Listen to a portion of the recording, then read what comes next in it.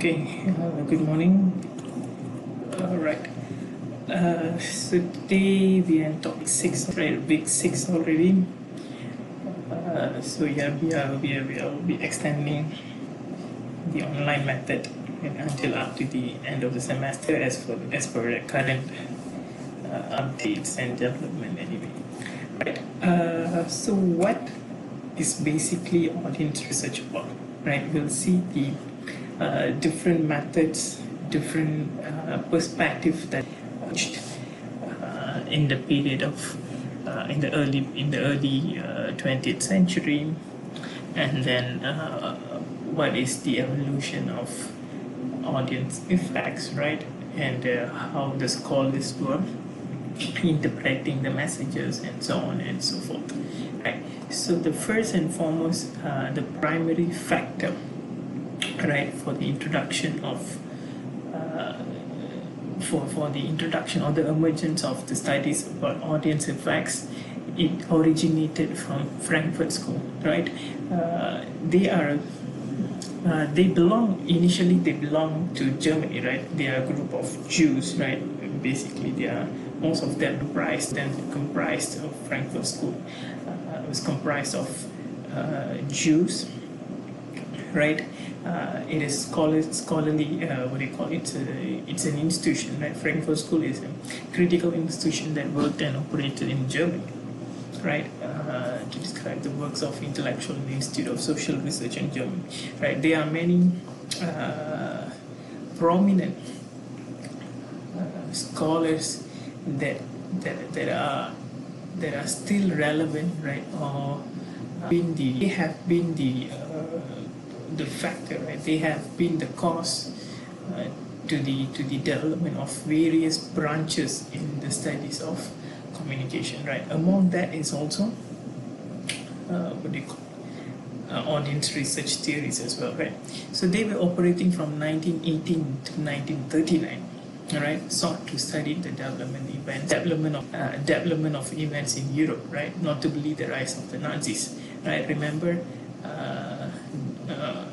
if you have, right, it's very good for you to be exposed and learned about this general knowledge, right, about Nazis, about Hitler and so on, right? So do a little bit of studies about, a little bit of research about Nazis as well, right? So during the Nazi period, right, when Hitler gained power, right, becoming the emperor, becoming the whatever, right, the chief, and SCF might know, right, the extermination of Jews, and then what do you call it? The massive genocide, and what they call ethnic cleansing against the Jews.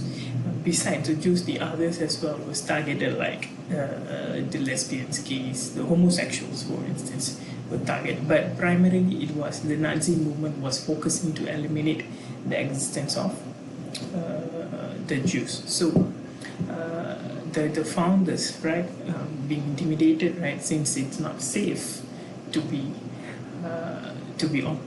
stay and operate in Germany, they fled in New York City in 1935, right? They are still regarded as friends. Among them are, I don't know, Horkheimer, Habermas, and Habermas. There are a few others too. I don't know, Horkheimer, Habermas, Walter Lippmann, right? These are the four very influential, right? And influential in the fields of communication, and of course they were influenced by Marxist value and developed the critical theory in understanding the media effects in other branches of media as well, right? So when they wanted to analyze what or how Hitler gained prominence, right, using his power in recruiting a mass movement against the what they call against the Jews and so on, right? So when they study the rise of Adolf Hitler, right, they assume that emergence of mass society and mass media promoted a false consciousness among the proletariat who are easily manipulated, right? This is the understanding of Frankfurt School for the for explaining the rise of Adolf Hitler, right? We have earlier discussed about mass society, right? The urbanization, in effect to industrialization, right? And remember, we have emphasized also the aspect of contextualization, right? Looking into the context, right? How mass society was emerging, right? People were moving from rural areas and to urban areas, right? And I think this was also the time where Germany was debt-ridden to Britain and other international community, I mean other foreign countries for the damages done during World War One. Right? Basically, Germany was defeated in World War One, and then they have to pay a certain amount as what do you call it, repatriation, right? Something like that. So it is believed that the mass society, right, was let's say in easier terms, was brainwashed, right? Was influenced by creating a false consciousness, right? Remember this term, right? It was developed by Louis Althusser, right? Later we'll also discuss in the part where I discuss about hegemony, right? False consciousness that what are the false consciousness? Saying that the natives of Germany, right, and the Aryan race, what do you call, was told that the Aryan race is under threat, right? We are being threatened by the influence of foreign nationals in Germany, right? Therefore, the rights of the natives, right, and so on and so forth are under threatened, and they wouldn't have a future if they still continue to be in Germany, right? So this kind of unfounded threats, unfounded accusations was created, generated, and also multiplied, amplified among the Germans, among the Aryans, basically, and also creating an ideology that they should be the one ruling the entire world, right? Therefore, which led to the World War II, basically, right? So individuals were considered passive, right? Individuals in Germany was right? This false consciousness, right? A bit of here, false consciousness was said to be promoted by the mass media, right? Which was directly under control of Adolf Hitler, right? If you read Adolf Hitler's biography, or even the national media during Hitler's time, right? It was direct. Of course, if you're in Germany, and I think British were, you wouldn't have any opportunity to go or report anything against the Nazis or Hitler himself, right? Because of his power and so on. So it says that the proletariat, the workers, right, the working class, the people are basically very easy to be manipulated, right? Whatever you say, they can be easily manipulated, right? Because they were considered, according to Frankfurt School, passive and victims to the dominant class in society through ideologies, right? The ideologies that I was saying before, right? The ideologies of Aryan race and the threat and the threat. What else, right? They have to be ruling the countries and so on and so forth. The other things they managed to promote and recruit the members to Nazi party, right? Adopted a pessimistic view to the media, right? Saying that the media only performs to the ideology of the dominant class or the ruling class. In this case, Hitler and Hitler's Nazi party. Right, the view was considered too pessimistic by US researchers, and they came up with their own honest research. Right, so that was a response. Right, seeing there are defects or flaws. Right, it is not too holistic in the findings of Frankfurt School. Right, other scholars in US, right, they thought of coming up with their own audience research. Right, so it created another movement, right? Early audience research which was beginning in the early 20th century, right? Describing audiences and started at the early audience research describing audiences and on whether media had direct effects on the people. Right. Like Frankfurt School, they already decides that their findings basically saying that media has a direct influence over people, right? Because people are basically passive. You cannot negotiate what is coming to you, right? What are you absorbing, and so on and so forth. Here, right here, the focus is somehow same, right? Where the audience are influenced by the messages disseminated by the media content, right? So it was known as effect research, assuming that media did things to people often without their consent or desire. Second, typically focus on the negative effects, the bad things which happen to people due to media abuse. Right, these two was the what do you call the primary focus of early audience research, right? So two types of approach through this research. One was message-based studies, right, focusing on the content of media and the effects on audience, right? Content like is it a violent content? Is it sexually explicit? Is it containing what do you call obscene in nature, right? Or whether it is racist stereotypes, right? Gender ideology, and so on, and how it affects the audience, right? So second would be audience-based studies which focus on the social characteristic and environment that determine how audience receive the message, right? This it reverses the pattern from the message-based, right? Instead of studying the message, here it's studying the audience, right? The audience social characteristics for an environment, for instance, like where he or she is brought up, right? The demographic, politics, education, for instance, religious beliefs, and so on and so forth, right? These aspects would eventually determine the audience, how the audience perceive and receives the message, according to these two approach, right? So, and then in the 50s, researchers supported the effect model when exploring the potential of new medium of television. Right, each and every audience research are very much related to the technological advancement, right? Let's say in the initial period, the effect of media was primarily focused in radio or printing press and so on, right? And then it moves further to television and so on, right? This is the period basically, right, post 50s, where television was at its peak, right? It was phenomenal, right? It was a thing to have a television, and people wanted to scholars wanted to identify whether television emanates such effects on its viewer, right? So effect research, particular content, right? One was political propaganda, sex or violence, right? These are the things that was mainly research has, whether this has effects over the audiences. And then moving on to 90s, right? The scholars started to worry about whether particular violence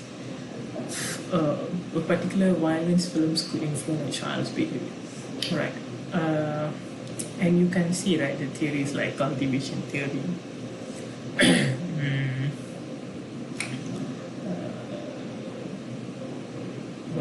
cultivation theory, another one, Bandura's theory of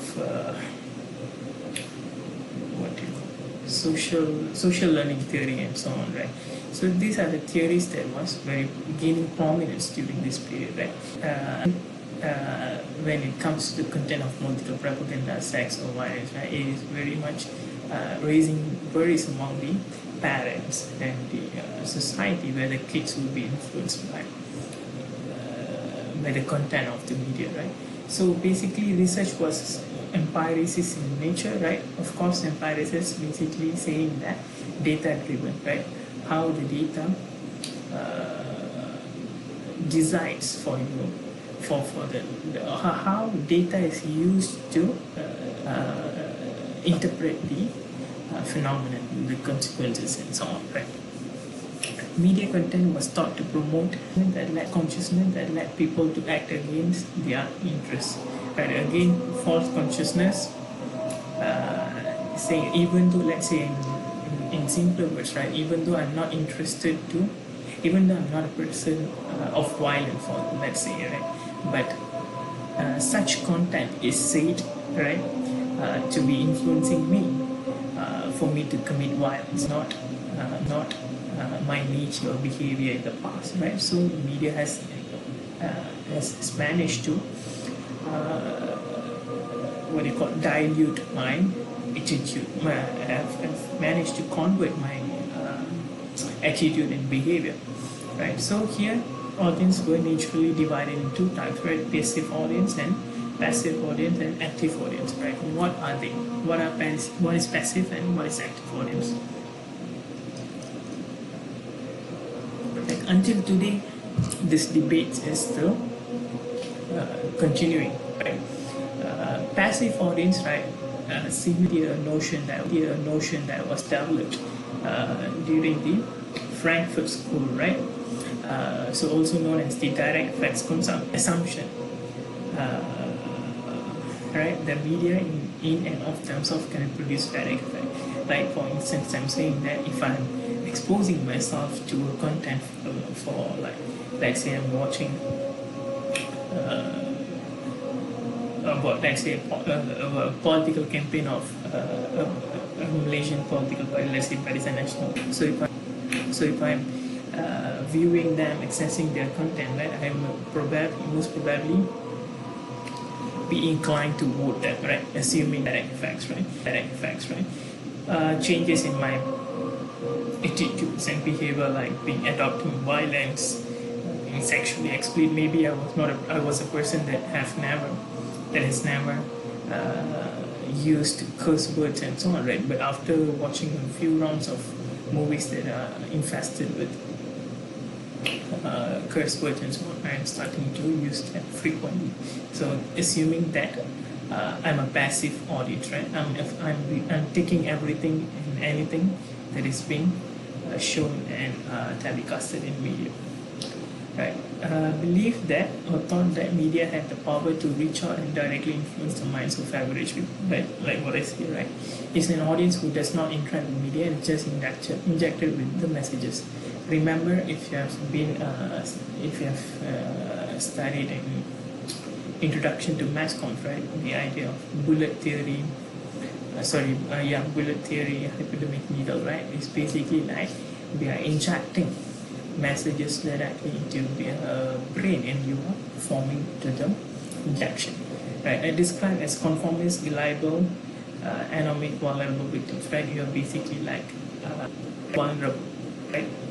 You are exposed to everything, therefore you cannot negotiate, you cannot contest the ideas, right? If you find everything and anything that says something, right, you just follow and emulate that in your behavior, in your speech, in your thought, and so on, right?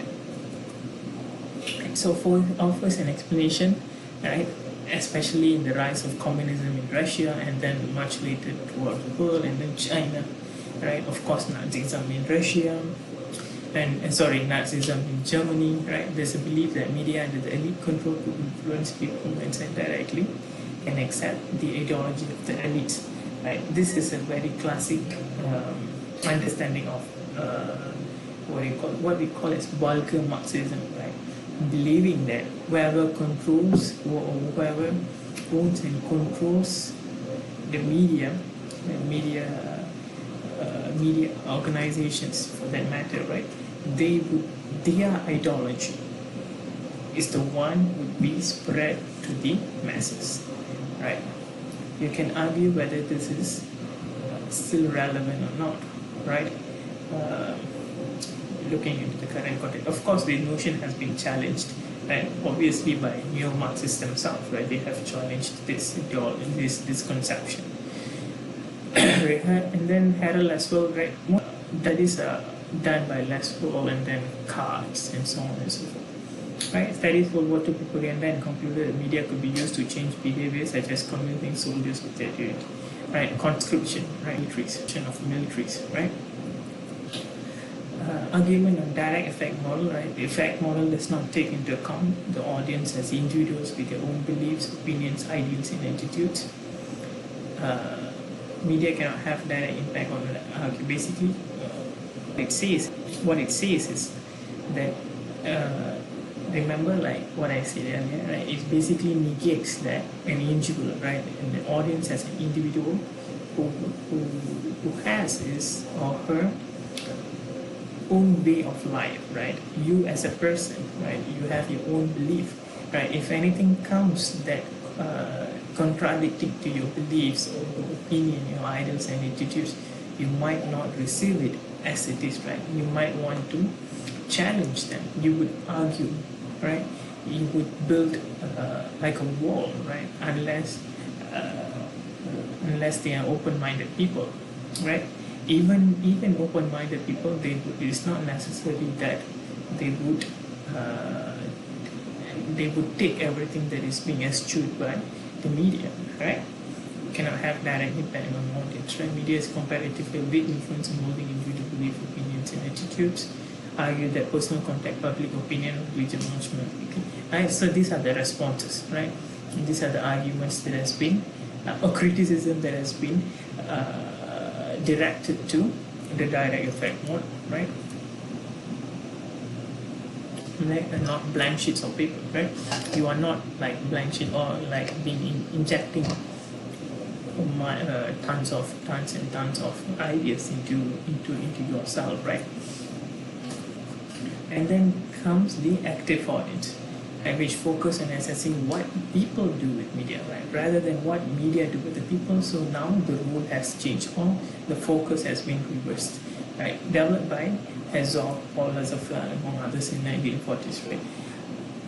Our audiences use the media to organize their lives and experience, right? The main question that was asked, right, what determines which offerings of mass communication will be selected by a given individual? An expectation of reward or effort that's required to access a media, right? You as a person, now would you be using television or laptops to access your media, right? What kind of content that you would use, right? The liberty or the flexibility in choosing the content or the medium itself.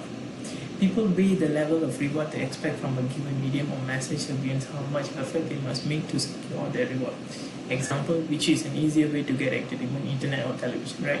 Like what I said before, right? Exactly that what it is, right? Where which medium promises you a better reward, right? Here, let's say in television, you don't have the opportunity to select and view what you want, right? According to your time suitability for that matter, right? In internet, maybe that's not the case, right? You can save, you can download, you can view them anytime you want, right? Active audiences make decisions about which content to choose, right? Rather than the media and the medium choosing you, you are making your choice, right? If let's say if you are a staunch supporter of Manchester United, let's say, right? So anything that has been said negatively about Manchester United, right, you might not view them, or you might not read them, right? You would probably avoid them, right? Because you yourself, a diehard fan of the football field, right? Take the example and try to apply it in wider casting, right? The individual is so capable of changing the message through a collective action, right? Discussions, arguments, and so on and so forth. So the limitation of audience research, right? There are many different ways to conceptualize the audience and the way in which they work with the medium, right? But obviously there appears to be no right way, right? How am I using media? Or what is the purpose for me to use media might be very different from each and every one of you, right? Maybe I'm using media to right now we are using the mass medium to communicate about travelers, right? About 10 years ago that would have been possible, right? Or some people might be using laptops. Now laptops has become the online platforms is becoming where forums and everything is taking place, right? Prior to this, it wasn't, right? So how do they work with it? By the very nature, complicated by the very nature of actual audiences. Right? Audience are unstructured groups with no social organization, merely an aggregate of demographic character. Not necessarily they belong to same or similar, what do you call, similar liking, similar interests, and so on and so forth. This is very important, right? People are not homogeneous and react different. Like I might perceive and use a media, right, might be very different from you. And then what I interpret from the media content might be very different from you. Right? Remember, like we debate and argue about the Rohingya refugees from that matter, right? We can take any content and then we may see that if I not watch a movie, right, more probably there will be 100 different perceptions or interpretations about the content. Right? Impossible to set up, control, or laboratory experiments. This is criticisms against the Bandura experiment or cultivation theory that believe that in fact, right? Because you, right, an individual is not a lab rat, right? For that matter, you're not spending your life entirely since you were born until you die in a lab, right? You have much more influences or much more exposure. Right, as a kid, you are exposed to your parental teachings, right? The teachings from your parents, how to live, how to behave, how to speak, and so on and so forth. And the societal learning, right? Social learnings, for instance, right? Taboos, cultural values, religion. If you believe in religion and God, right?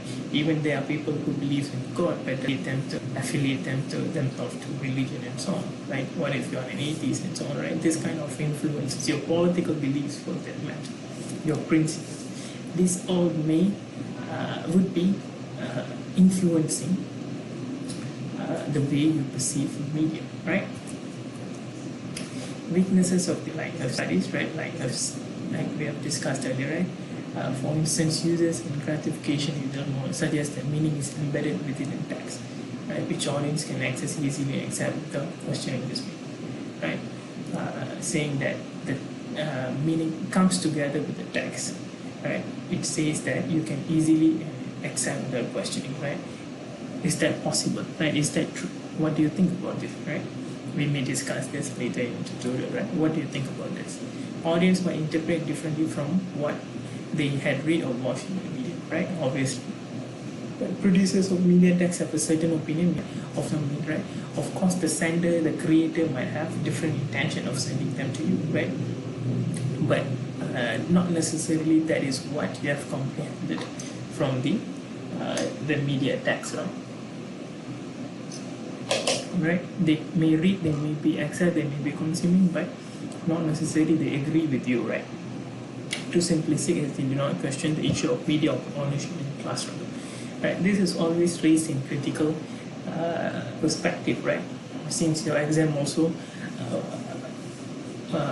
since your exams will also will focus on critical discussions, right? So it's very important that the question of ownership in the class struggle, right? There are different classes in society, right? Will a person from high class, the bourgeois, will interpret the content similar to?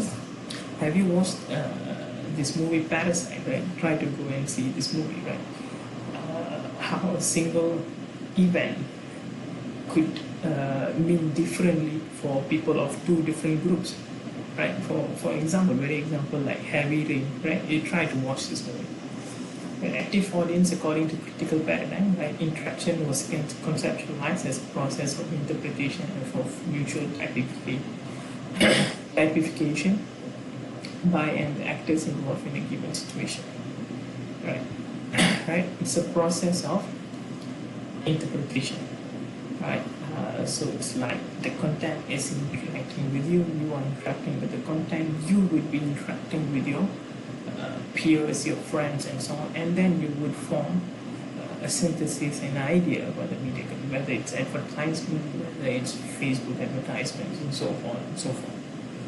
Right now, we think in terms of interaction or exchange between the medium and audience, right? Interaction between you and the medium. Weaver approaches every viewing situation with a complicated phase of filtering equipment. It's basically saying that you yourself filter, right, the content that you receive, right, that you are exposed to, right? What could it be? Could be anything, like religion, your taboo, the way you were brought up, and all those things could be played as a filtering equivalent, right? Led to focus on the level of definitions and agendas of issues rather on specific content items. Right? In active oriented, the audience plays an active role in interpreting the message using their own social context. Right? Basically, it says that, right, as I've told you before, right? Right, basically, as we have touched this one, right? How the social context, right, would be playing a role, right, will be more influential in your interpretation on how you interpret a message, right? Differs from active oriented differ from passive oriented theories in that people are not blank slates, right? Obviously, by now you should have known, right? Based on their context, right? So, which has more credibility? For example, right, the mainstream media or the alternative media, right? What do you think, right? What would you your perception, right? What makes you think that? What makes you think that mainstream media is more credible compared to alternative media, right? Who are telling you that this is more credible compared to the other, and so on. At the same time, dominant knowledge of the ruling elite can be received the public subtly to maintain the right. This would we would look into the context of hegemony, right, and so forth, right. So the conclusion: focus on audience is important in media studies. Always, right, it has been always an important component in media studies. Shows clearly the complexities, focusing on the audience and the ways in which audiences can be visualized. Right? Existing methods of audience research are inappropriate as they do not consider how the media is being used and what the various, right? What the various responses are to the specific time. Right? These are the conclusions. Right? These are the shortcomings in audience research where it can be the gap can be filled, can be reduced, and so on. Right? So that would be it basically. So we'll meet you in tutorial.